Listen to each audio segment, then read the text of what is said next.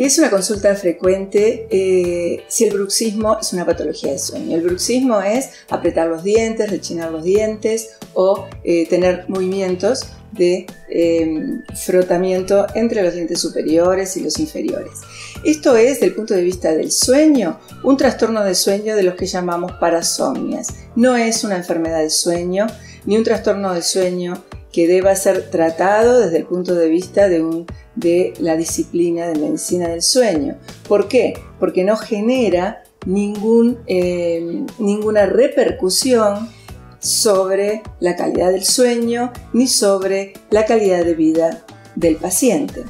Por tanto, si bien puede ser molesto y puede tener consecuencias dentro de la articulación temporomaxilar y por supuesto dentro de la calidad de los dientes, debe consultarse por el bruxismo y debe tratarse, pero sobre todo en la esfera de la odontología.